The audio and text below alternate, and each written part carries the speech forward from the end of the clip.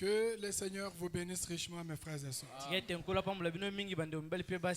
J'ai la joie de vous saluer au nom du Seigneur et Sauveur Jésus-Christ.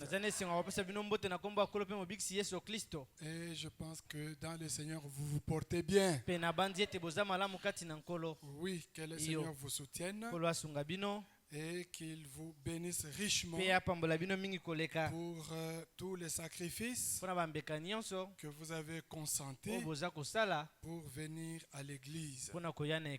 Alors nous continuons avec notre sujet où nous sommes en train de parler de la parole prophétique.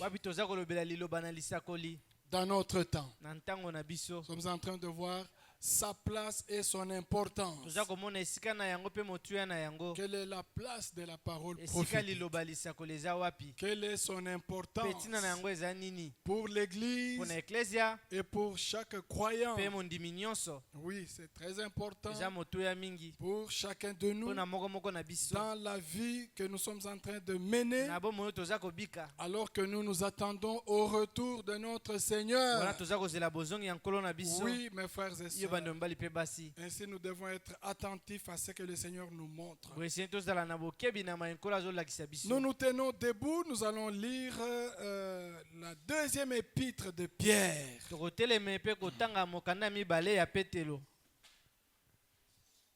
Deuxième épître de Pierre.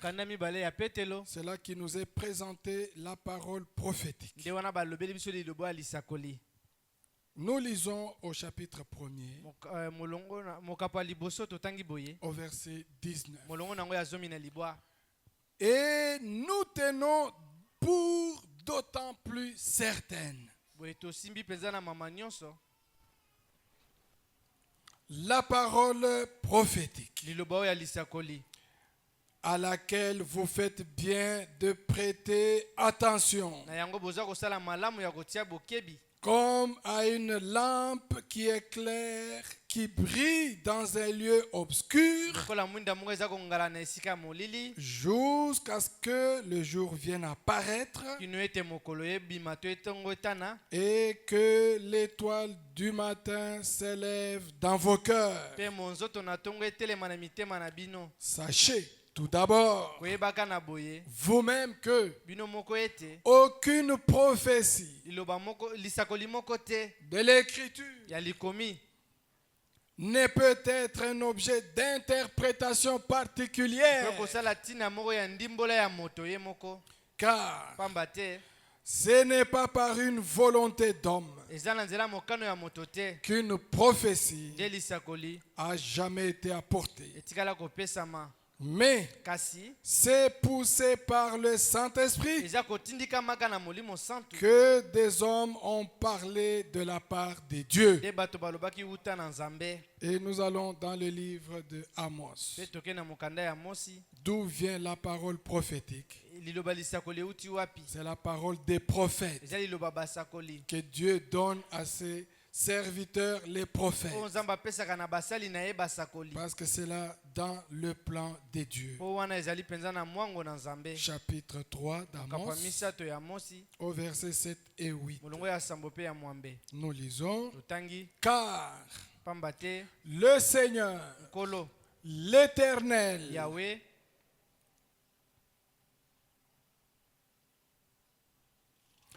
ne fait rien sans avoir révélé son secret à ses serviteurs, les prophètes. Donc la parole qui vient aux prophètes. Dieu fait connaître ses secrets à ses serviteurs.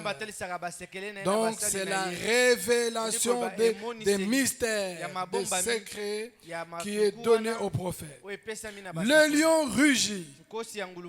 Qui ne serait effrayé? Le Seigneur, l'Éternel parle. Qui ne prophétiserait?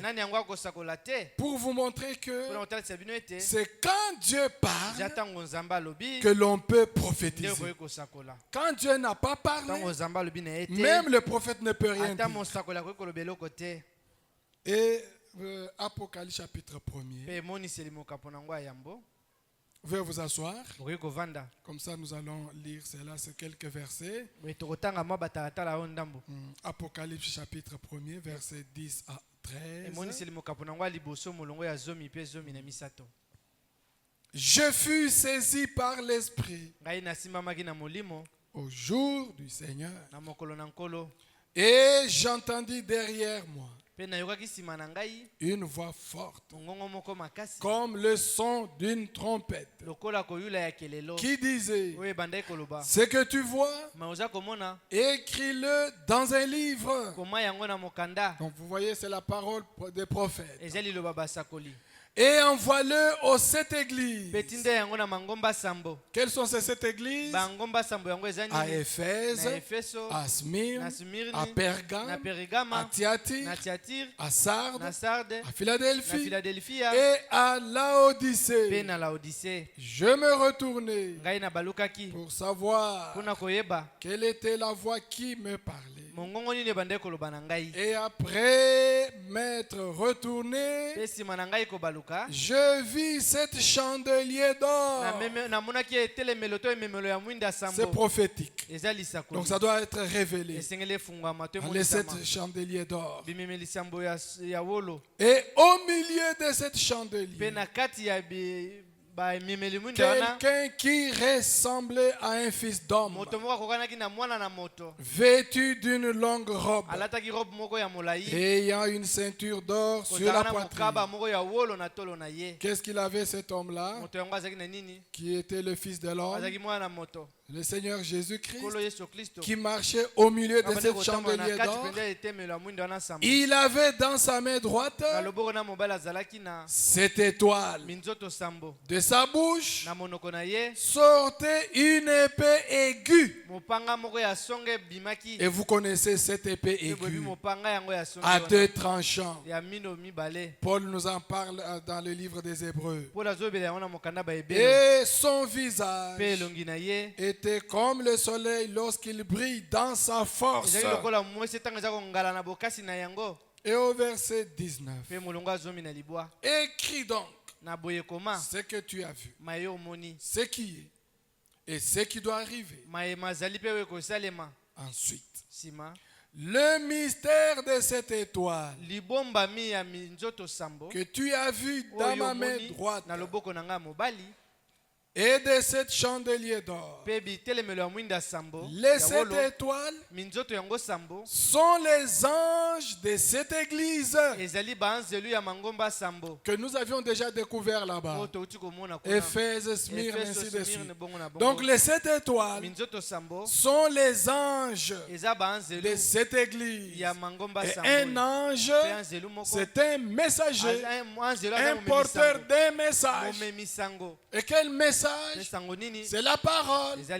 La parole qui est donnée par le Seigneur lui-même, selon Amos chapitre 3, verset 7. Et il continue pour nous terminer.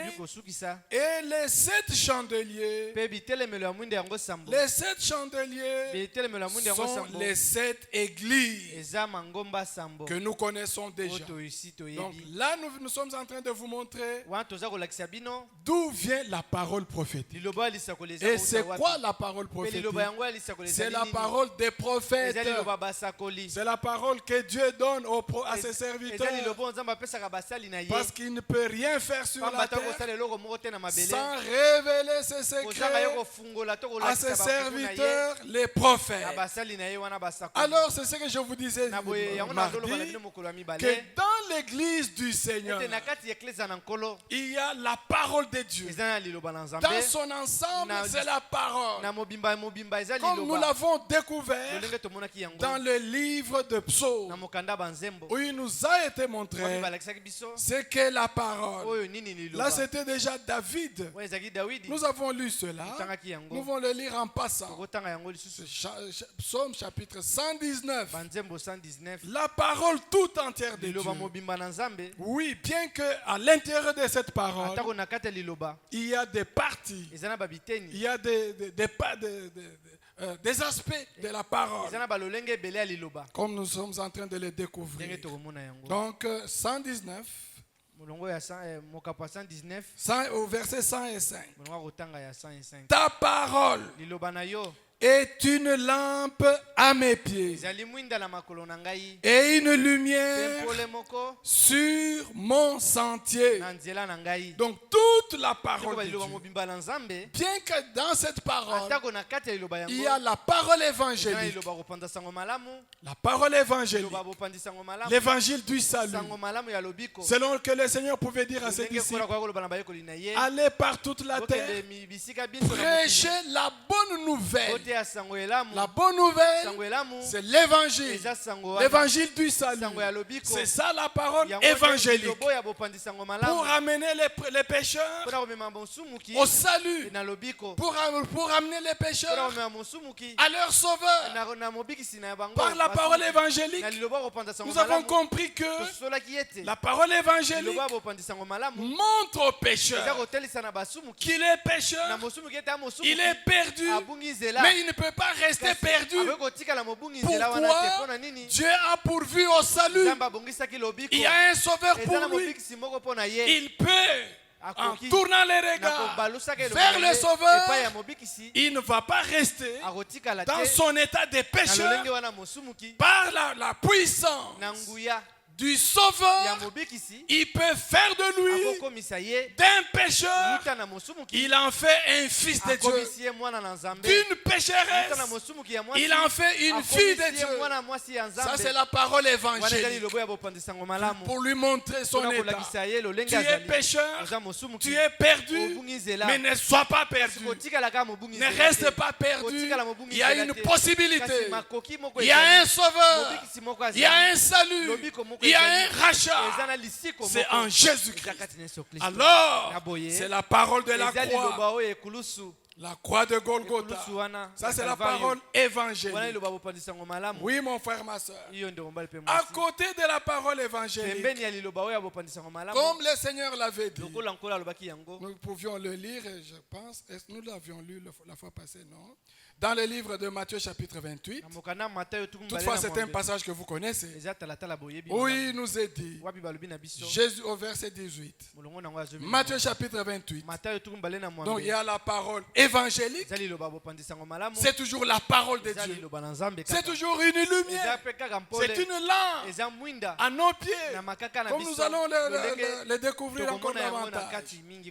La parole évangélique. Il y a la parole qui va après la parole évangélique, après avoir été sauvé, être baptisé au nom de Jésus. Jésus s'étant approché, au verset 18, leur parlant ainsi, tout pouvoir m'a été donné dans le ciel et sur la terre. Allez, faites de toutes les nations des disciples, les baptisant au nom du Père, du Fils et du Saint-Esprit. Et puis, quand vous les avez baptisés, quand vous les avez convertis, ils doivent être enseignés. La parole d'enseignement, l'enseignement doctrinal, pour montrer à celui qui a été sauvé comment marcher avec son sauveur, avec son Seigneur. C'est la parole d'enseignement. Il y a la parole évangélique, il y a la parole d'enseignement pour enseigner la doctrine, les principes de Dieu. Et c'est ce que William Branham nous montre dans cette prédication, l'adoption. Dans la deuxième partie, oui, l'épître des Éphésiens est comparable au livre de Josué. Au paragraphe 6. Deuxième partie. Nous lisons ceci. Enseignez la Bible. Si tu peux nous trouver cela, vous pouvez toujours projeter, nous pouvons le lire, c'est pas mal. Comme ça, tout le monde peut lire cela à travers l'écran. Ok. Donc, paragraphe 6. Pour bien vous situer, c'est la prédication du 15 mai 1960. Alors, vous pouvez retrouver cela. 15 mai 1960. où il est en train de nous montrer ces diverses parties de la parole. Il y a la parole évangélique et il y a la parole d'enseignement. Et à côté de cela maintenant, l'apôtre Pierre tire notre attention pour dire, parce que pour beaucoup de gens, ils ont confiance dans la parole évangélique. Ils aiment beaucoup l'évangile parce que l'évangile leur montre le sauveur. Le grand médecin, c'est aussi bien, une bonne chose pour fortifier votre foi, pour recevoir toutes les bénédictions que Dieu a faites pour chacun de nous. La parole évangélique qui nous montre le salut. Alors, les gens aiment beaucoup ça. Ils aiment cela. Mais quand vous parlez des enseignements, les gens commencent peut-être à dormir. Nous allons voir sa place. Alors, enseigner la Bible, généralement, c'est un peu délicat. C'est un peu, comme vous savez, s'aventurer sur un terrain glissant. Donc l'enseignement, c'est glissant. Parce que si vous enseignez mal, vous risquez de déformer les peuples de Dieu. C'est glissant l'enseignement. Donc vous devez faire attention pour que ce que vous dites, ça doit être correct. Parce que les enfants de Dieu doivent fonder leur foi dans la chose qui est vraie. Alors c'est pourquoi il dit, généralement l'enseignement, c'est s'aventurer, c'est un terrain délicat, c'est glissant, comme on le dit. Mais nous pensons que peut-être au point où nous en sommes et à l'heure qu'il est, il serait peut-être bon d'amener un peu l'église à ce qu'on considère comme une pleine compréhension côté position. Donc après que l'homme ait cru en Jésus-Christ, après que l'homme soit sauvé, maintenant ce n'est pas mal qu'il reste sauvé. Mais maintenant, il faut l'amener à une certaine position. Côté position, il doit avoir une pleine compréhension. Oui, mon frère, ma soeur. C'est comme je vous ai toujours dit. Un véritable chrétien, un véritable enfant de Dieu, ce n'est pas celui-là qui connaît toutes choses. Il connaît toutes choses. Tu vois un frère, il parle de tout. Il connaît tout. Une sœur connaît tout. Non, il n'y a que le Seigneur Jésus-Christ qui connaît toutes choses. Nous tous nous connaissons en partie. Donc nous ne devons pas être là de je sais tout. De l'autre côté aussi, vous ne devez pas être là. Vous ignorez tout de ce que vous croyez. Vous ne savez rien. On vous pose la question, je ne sais pas. Allez voir les pasteurs. Non. Non, il y a des choses que tu dois connaître pour que tu aies une pleine compréhension et une assurance des choses que tu crois. Oui, mon frère, ma soeur. Une pleine compréhension côté position de ce que nous sommes en Jésus-Christ. Et parfois, je trouve que la prédication, c'est quelque chose de merveilleux. Mais je crois, frère Biller, l'enseignement va plus loin que cela, que la prédication de l'évangile. L'enseignement va plus loin. Comment, mon frère? C'est un peu particulièrement pour l'église. Or, que fait la prédication ou l'évangélisation? La parole de l'évangile, généralement, la prédication attrape les pécheurs et les culpabilise par la parole. Mais l'enseignement place l'homme dans sa position, ce qu'il est. Et il nous sera impossible d'avoir la foi qu'il faut avant de savoir ce que nous sommes. Donc un frère chrétien doit connaître sa position. Il doit avoir la connaissance. Il doit connaître côté position. Je suis sauvé. Après être sauvé, enseignez-leur ce que je vous ai prescrit. Comme ça, vous saurez comment marcher avec votre Seigneur.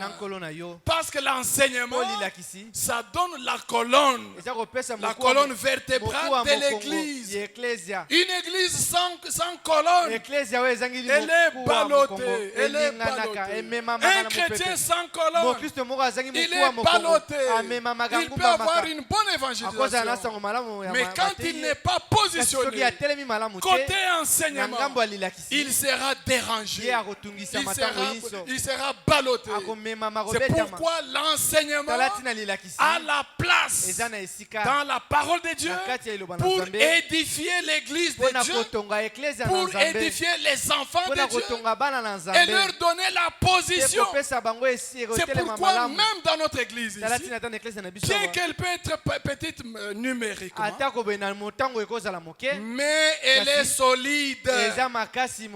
Le diable a essayé de la déranger, mais comme elle est enseignée, le diable a eu chaud.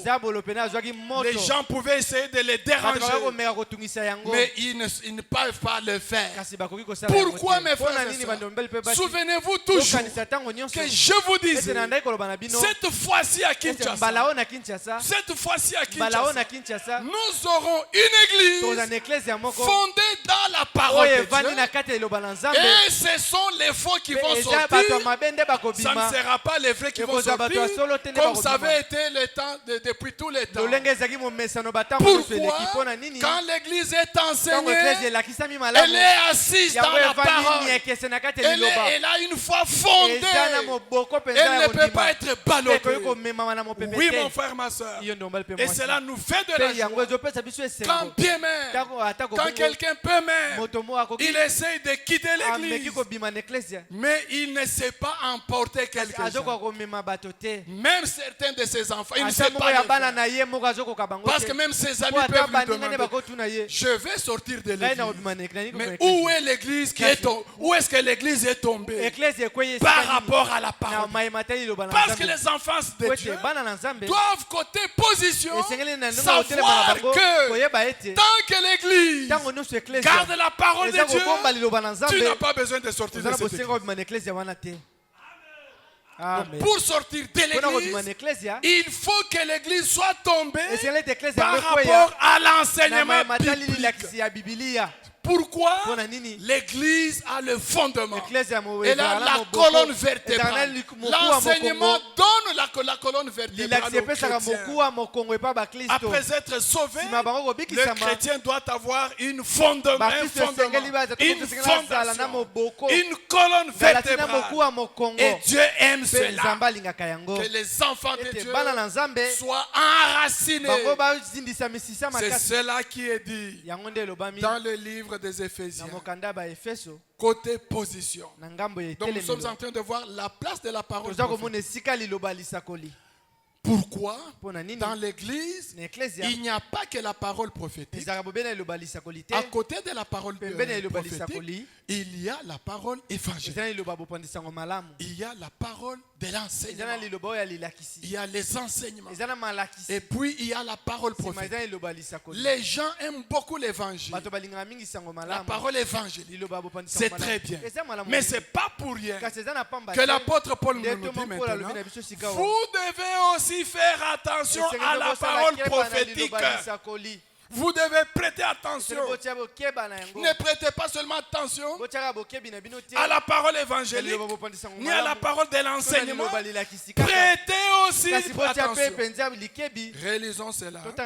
2 Pierre, où nous sommes. Nous et nous tenons pour d'autant plus certain la parole prophétique à laquelle vous faites bien de prêter attention. Oui, mon frère. Donc vous devez prêter attention à la parole prophétique. N'aimez pas seulement la parole évangélique, ni la parole de l'enseignement. Chaque chose a sa place. Et quelle est sa place? Quelle est son importance? C'est pour ton édification. C'est pour ton affermissement. seulement que tu sois un chrétien qu'on ne peut pas balloter facilement à tout vent de doctrine. Oh, tu vois, dans cette église là-bas, ça ne va pas.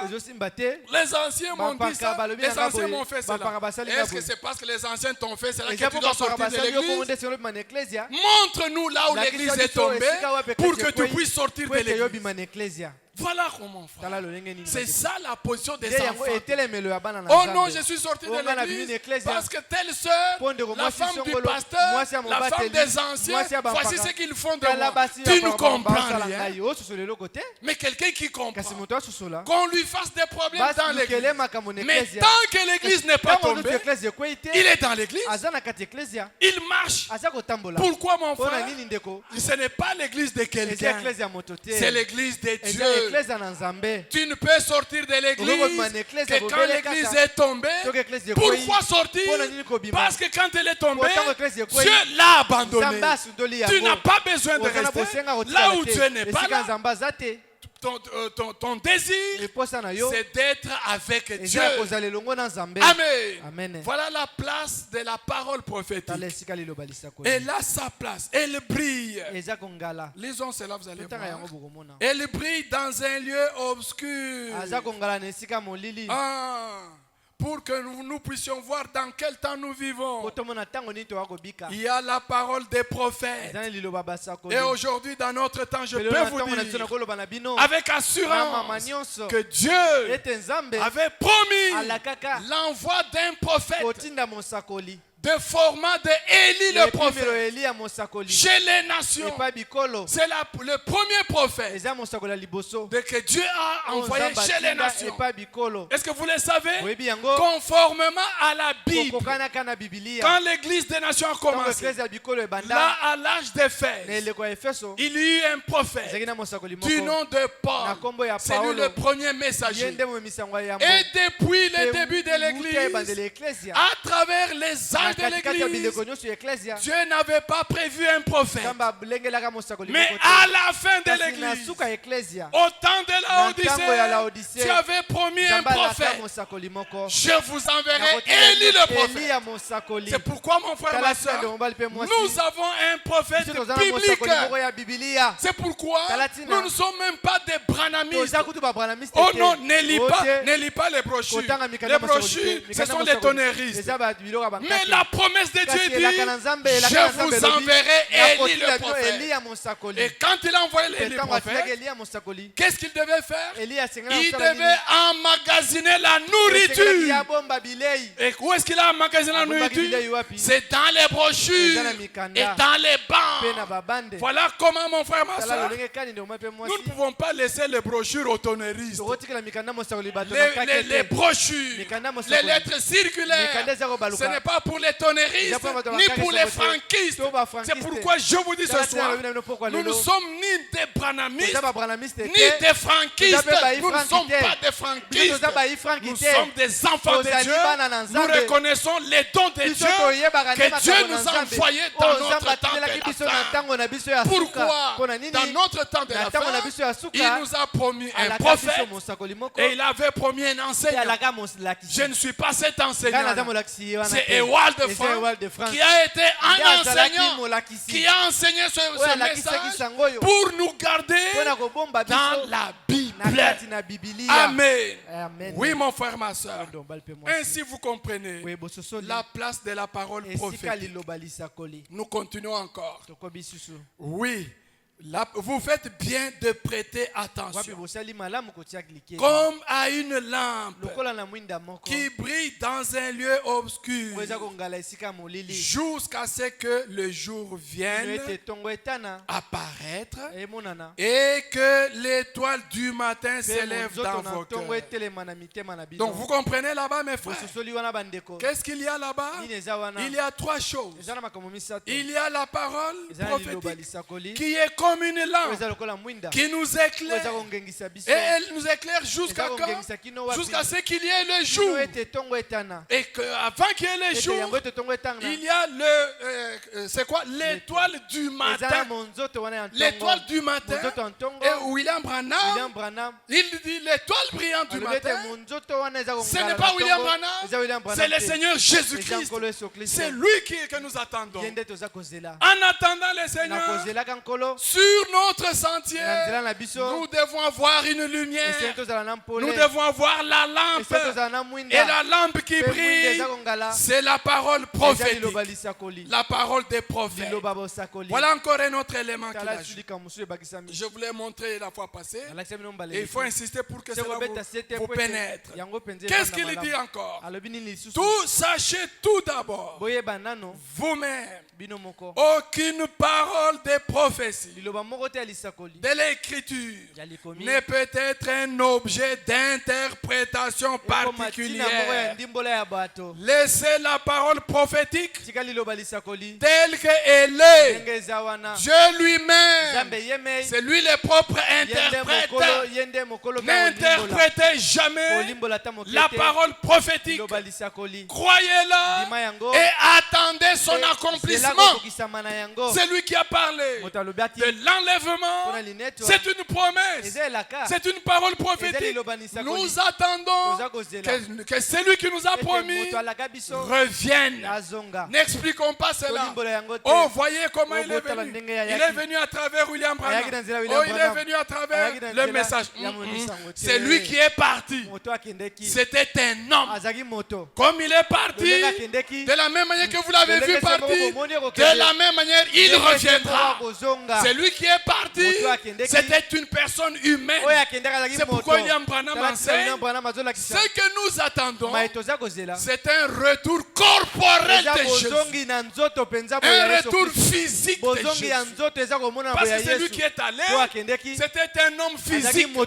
Et celui qui rentre pour nous prendre, c'est un Jésus physique. Amen. Oui, mon frère, n'interprétez pas. Même si ça traîne. Pourquoi les gens commencent à expliquer, à interpréter? Parce que cela a traîné. On a cru vers les années 80, les années 1970. Ça a traîné. On ne l'a pas vu venir. Alors non, faites attention. Hein. Peut-être il est déjà venu. Vous ne savez pas. Non, il n'est pas encore venu. Quand il viendra, je le verrai. Et nous en irons à sa rencontre tel qu'il s'en est allé, tel qu'il reviendra. Amen. Donc n'interprétez jamais la parole prophétique. Croyez-la et attendez-la. Son auteur l'accomplira. Et cela certainement. Amen. Troisième chose, n'interprétez pas la parole. Ne placez pas mal la parole. Ne disloquez pas. Troisième chose, car ce n'est pas par une volonté d'homme qu'une prophétie a jamais été apportée.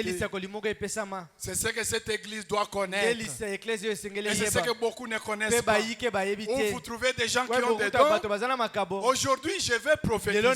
Donc tu prophétises par ta volonté. Ça, c'est un mensonge. La prophétie, ça n'a jamais été selon la volonté de l'homme. C'est poussé par le Saint-Esprit que des gens ont prophétisé. Comment toi tu peux préparer la prophétie?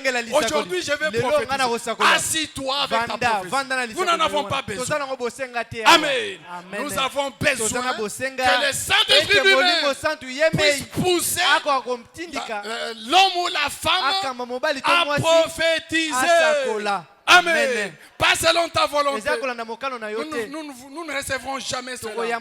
Donc ce sont des choses qui doivent rester dans notre vie pour que nous ne soyons pas ballottés. Oh, j'ai vu. Oh, le Seigneur m'a parlé. Si le Seigneur t'a parlé, c'est parce que tu l'as voulu. Tu attends là-bas. Oh, attendons, il va me parler. Donc c'est toi qui conduis Dieu. On ne conduit pas Dieu. C'est dans les dénominations. avec des choses comme ça, va chez les pentecôtistes. Pas ici. Ici, nous allons te dire, tout ce que tu dois prophétiser doit être conforme à la parole de Dieu. Parce que même William Branham pouvait dire, même si c'est ange qui m'a toujours parlé, même le jour qu'il viendra me dire une chose contraire à la parole de Dieu, moi William Branham, je ne prendrai jamais ça. Si lui-même a été ferme dans cette manière, qu'en est-il de toi et moi? Ainsi, mon frère, ma soeur, nous comprenons la place et de la parole prophétique. Et là, son importance de nous accorder l'édification et l'avertissement, parce que la parole de Dieu, la parole prophétique, c'est comme un avertissement. Je vais vous donner un exemple. Du temps de Noé, quand Dieu a voulu détruire la terre, le monde entier, qu'est-ce qu'il a fait? Il a suscité un prophète du nom de Noé. Qu'est-ce que Noé a apporté? Noé avait apporté la parole prophétique, la parole d'un prophète. C'est poussé par Dieu que Noé a parlé de la part de Dieu, disant quoi? Disant que bientôt là, Dieu va frapper la terre.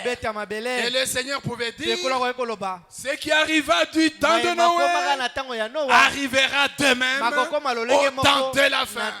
Pour dire quoi? Au temps de la fin, Dieu enverra aussi un prophète avec un message. Et le message de Noé, c'était quoi?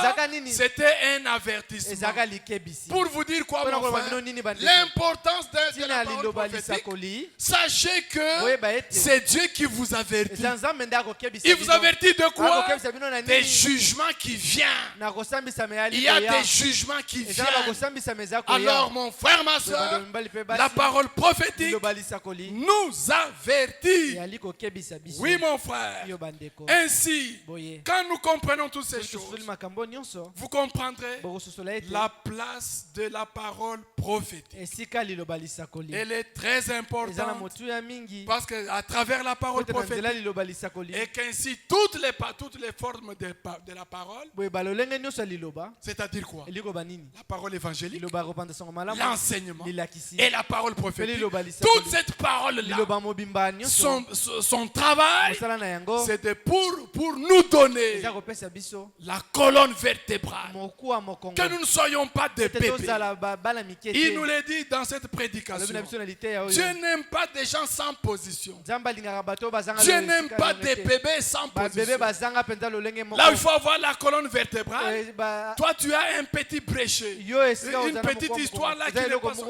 Parce que mon frère, ma soeur, vous savez que quand un bébé n'a pas une solide colonne vertébrale, il ne peut pas se tenir droit. Et même la façon que nous marchons, c'est parce que votre colonne vertébrale est bonne.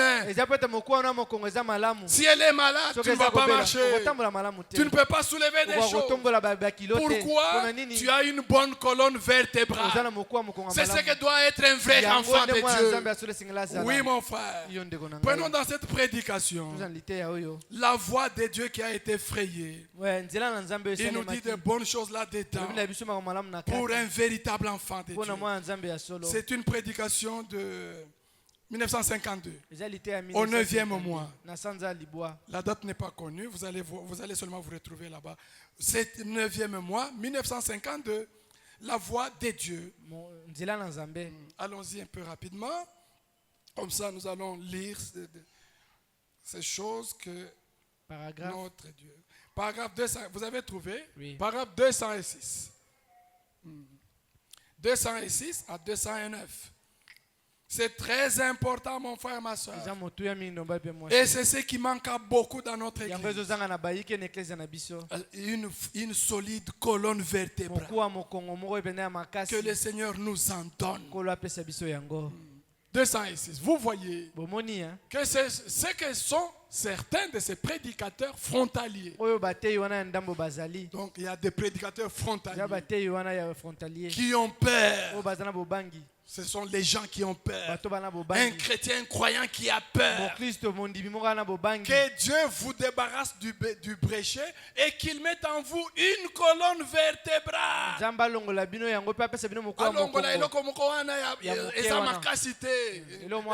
C'est comme une colonne, mais ce n'est pas la colonne. Que Dieu vous débarrasse du péché et qu'il mette en vous une colonne vertébrale. Un enfant de Dieu. Un chrétien, c'est quelqu'un qui a une colonne vertébrale, qui n'a pas peur, qui ne s'effraie pas devant les démons. Oh mon frère, ma soeur, oh les sorciers, l'église des sorciers. Mais l'église des sorciers, c'est toi qui fuis. Pourtant, c'est les sorciers qui doivent te fuir. Oh mon frère, ma soeur, quand les chrétiens tombent, ils ne savent même pas qu'ils sont tombés. Si tu es chrétien, c'est toi qui dois rester. Et les sorciers doivent te fuir. Mais comment toi tu fuis et les sorciers restent? Oh, tu n'as pas Dieu. Tu es un menteur. Tu as peur. Un enfant de Dieu n'a pas peur des sorciers. Amen. Pourquoi? C'est lui qui est en lui est plus grand que celui qui est dans le monde. Comment toi tu dis que tu es Dieu? Tu as Dieu, mais tu fuis les sorciers. Oh, c'est toi qui es Ndokala. Pourquoi mon frère, ma soeur? Si tu as Dieu, celui qui est sorcier va voir que tu as la puissance plus grande que lui. Amen. Amen. Oui, mon frère, ma soeur. Ainsi que Dieu vous débarrasse du péché et qu'il mette en vous une colonne vertébrale. J'aime le témoignage de Buddy Robinson. Il a dit, Seigneur, donne-moi une colonne vertébrale de la taille d'une scie à ruban. Donc une bonne colonne bien formée. Mais beaucoup de bruit dans le pignon de mon âme. Ah, des bruits. Quand la parole de Dieu sort, il y a du bruit qui sort depuis de là, disant gloire au Seigneur. Amen à la parole de Dieu. Et quand tu dis amen à la parole de Dieu, Dieu te bénit, Dieu te guérit, Dieu te sauve, Dieu t'élève, Dieu te donne la solution parce que tu as reçu sa parole. Alléluia. Oui, mon frère, que cela soit ta prière. Mais beaucoup de bruit dans l'opinion de mon âme. Ça manque beaucoup à nos frères et sœurs. Alléluia. Amen. Que le Seigneur nous aide. Que ce soit votre prière. Dieu met beaucoup de bruit dans l'opinion de mon âme. Oui, mon frère. Là où il y a Dieu, il y a du bruit.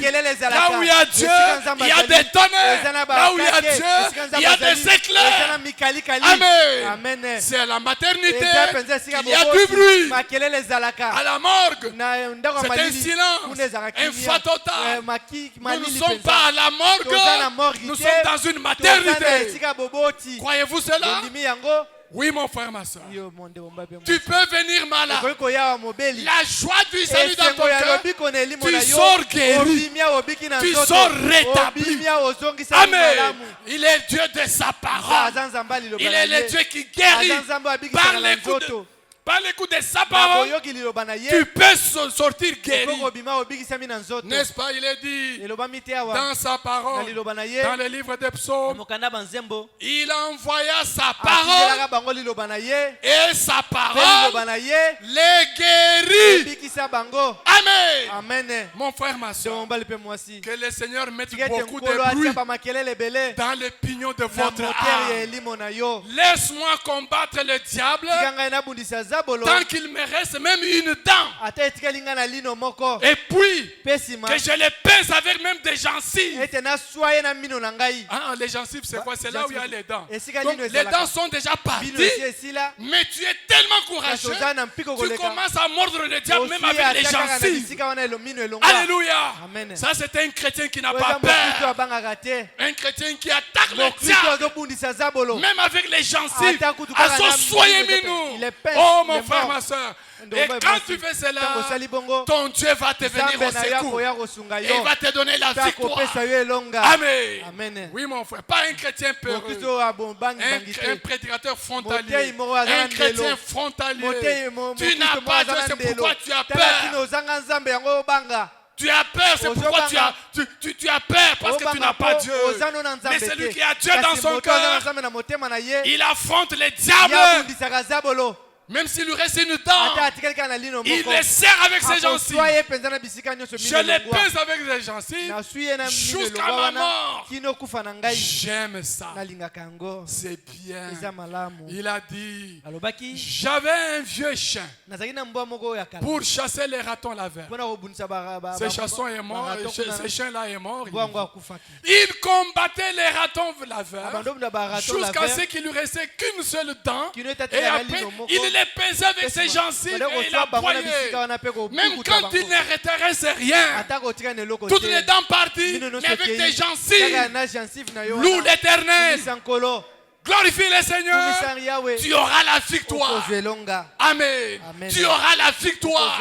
Pas de chrétiens peureux. Pas de croyants peureux. Sans colonne vertébrale. Il est là. Il n'a pas de position. Oh mon frère, ma soeur. Continue. Montez. Vous dites frère Branham. Je n'ai guère une grande instruction. Je suis trop petit. Les prédicateurs me rejettent. Retournons dans l'histoire. Ce n'est pas le poids du chien qui compte dans le combat, mais c'est la combativité du chien qui compte.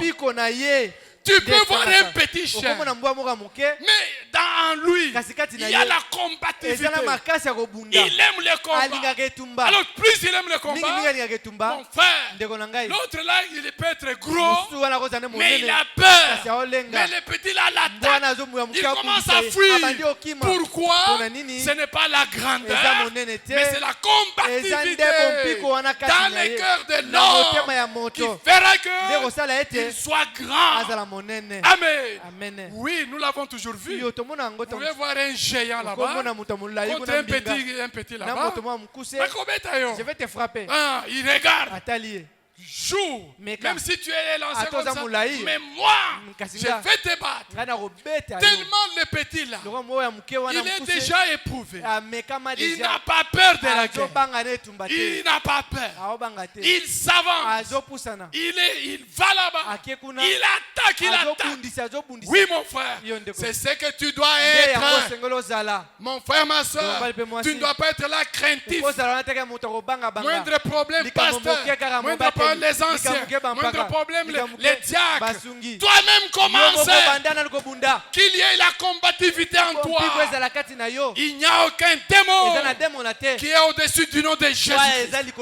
Prends ce nom-là. Tu auras la victoire. Amen. Tu auras la victoire.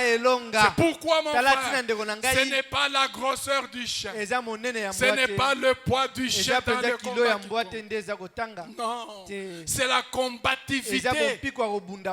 La combativité du chien qui compte. C'est ce qui se passe aujourd'hui.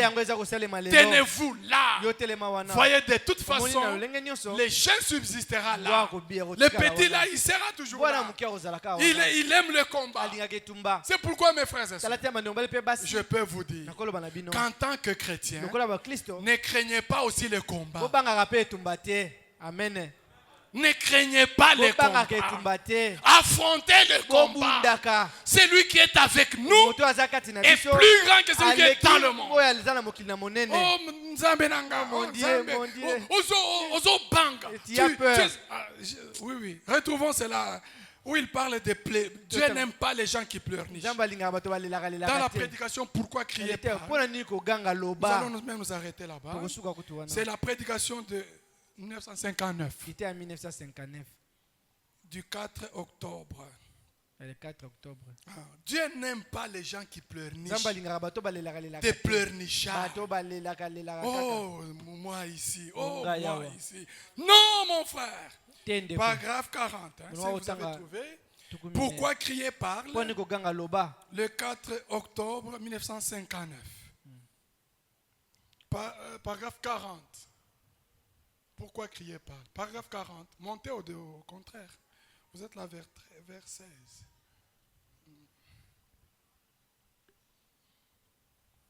Allons-y, vous avez trouvé?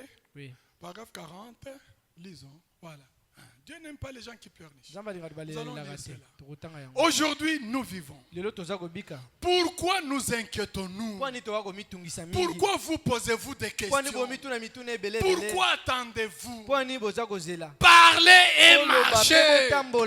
Alléluia. Amen. Vous trouvez des frères, des sœurs, toujours se soucier, pleurer, s'inquiéter. Ne vous inquiétez pas. Parlez et marchez. Allez de l'avant. Pourquoi vous posez-vous des questions? Parlez et marchez. Ne criez pas en disant, oh Seigneur, est-ce que c'est ta volonté de guérir aujourd'hui? Assurément, c'est sa volonté. Que tu sois guéri, c'est sa volonté. Amen. Si tu es malade et que tu entends cette parole, dis merci au Seigneur. Parce que je connais ta volonté sur moi. Or, le frère Moïse nous a prêché. Ce qui est écrit est déjà écrit. Cela doit s'accomplir. C'est la vérité. Quelle est la volonté de Dieu pour toi qui es malade? Répondez. Quelle est la volonté de Dieu? Que tu sois guéri. C'est ça sa volonté. Quand tu es malade, ce n'est pas la volonté de Dieu. La volonté de Dieu, que tu sois guéri. Que tu sois en bonne santé. C'est ça la volonté de Dieu. Amen. Oui, mon frère, ma soeur. C'est la volonté de Dieu. Ne criez pas disant, oh Seigneur, qu'est-ce que je dois faire? Sa volonté, c'est que tu sois guéri. Ainsi dit le Seigneur, c'est sa volonté. C'est sa volonté que tu sois en bonne santé. Amen. Avec ça, est-ce que le diable peut tenir? Est-ce que le diable peut tenir? Non! Oh mon frère, ma soeur. La volonté de Dieu est que tu sois guéri, que tu sois en bonne santé. Puis-je recevoir le Saint-Esprit aujourd'hui? Oui, tu peux recevoir le Saint-Esprit aujourd'hui. Amen. Mon frère. Ainsi, qu'est-ce qu'il y a encore? Le Saint-Esprit est ici. Les hommes parlent-ils en langue aujourd'hui? Oui, aujourd'hui, les gens peuvent parler en langue. Ils peuvent parler en langue. Ils peuvent interpréter. Ils peuvent avoir des visions. C'est pourquoi, mon frère, je peux vous dire, sans citer personne, mais sachez, vous qui n'avez pas d'enfants, je vous l'ai dit aujourd'hui, dans cette église, Dieu a déjà donné des enfants. Beaucoup d'enfants. Beaucoup d'enfants. Dieu a déjà donné beaucoup d'enfants. C'est ainsi dit le Seigneur. Je vous dis, en tant que votre pasteur, je vous dis que Dieu a déjà donné beaucoup d'enfants. Vous voulez en avoir? Venez les prendre à la chair.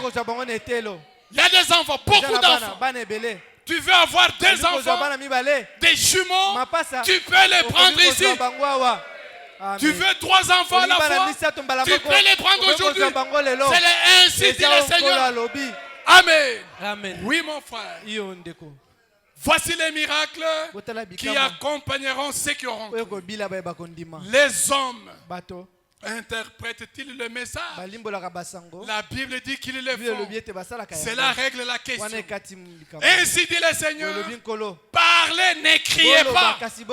Parlez et marchez. Dieu ne veut pas une ribambelle de bébés qui pleurnichent sans colonne vertébrale. Tu es là un bébé. C'est le temps de ne pas être des bébés. C'est le temps d'être des hommes adultes. Et il y a une colonne vertébrale solide, sachant qui tu es. Un bébé ne connaît pas ce qu'il est. Mais un homme adulte connaît ce qu'il est. Oh mon frère, ma soeur.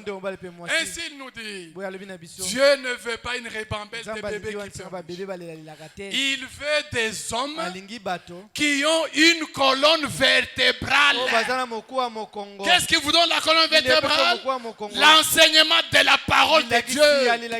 La parole de Dieu a fermé votre colonne de feu, votre colonne vertébrale. Non un péché. J'aurais souhaité avoir de cela. Des colonnes vertébrales qui tiendront bon dans la brèche. Des colonnes vertébrales, des hommes et des femmes solides qui vont se tenir même dans la brèche, qui proclameront la victoire. Voilà les hommes qui ont la colonne vertébrale bien assis dans la parole. Tu ne peux pas le bouger. Si tu le bouges, c'est toi-même qui es bougé. Tu te bouges toi-même. Mais lui, il est là. Inébranlable dans la parole de Dieu. Il te dit, mon frère, Ça c'est pour toi. moi je ne vois pas ce que tu vois. Oh, sortons de l'église. C'est toi qui vas sortir. C'est toi qui vas sortir. Tant qu'elle n'est pas tombée, moi je serai là. Pourquoi? Dieu est encore là. Et sachez que dans la vie chrétienne, nous ne suivons pas les gens, nous suivons Dieu. Amen. Tant que Dieu est là, je reste avec Dieu. Je ne suis pas les hommes. Amen. Oh mon frère, des hommes qui proclameront la victoire, qui déclareront qu'ils sont appelés à sortir au milieu des ténèbres. Peu importe ce que dit qui que ce soit, parlons et marchons. Croyez le message. Dieu est ici. Il confirmera son message. Dieu est ici. Il est le même Dieu qu'il était là autrefois en Galilée. Il est le même Dieu au temps de Moïse. Il ne peut faillir. Alléluia. Est-ce que vous aimez cela? Voilà la place de la parole prophétique. Et là la place à côté de quelle parole? Parole évangélique et parole de l'enseignement. Ce sont les trois formes de paroles. Chacune a sa place et son importance. Nous allons nous lever. Nous allons prier, mes frères et sœurs. Et nous allons nous approcher du Seigneur. Et demain, dans la prière, nous reviendrons encore. Cette fois-là, nous allons nous préparer. Quiconque veut avoir ce dont il a besoin, je vous l'ai dit, mes frères, Dieu nous a donné tout en Jésus-Christ. Et il l'a répandu abondamment dans cette église. Oui, mon frère, ma soeur, viens à la chair. Toi qui as besoin de quelque chose, ne viens pas demander. Est-ce que vous comprenez? Vous qui avez besoin des enfants, ne venez pas demander. Venez prendre vos enfants. Alléluia. Le temps de demander est passé. Venez prendre vos enfants. Vous en voulez 2, 3, venez les prendre. Je vous l'ai dit au nom de Jésus-Christ. Venez les prendre. Que Dieu vous bénisse. Nous allons chanter un cantique et nous allons prier le Seigneur. Ne crains rien, je t'aime.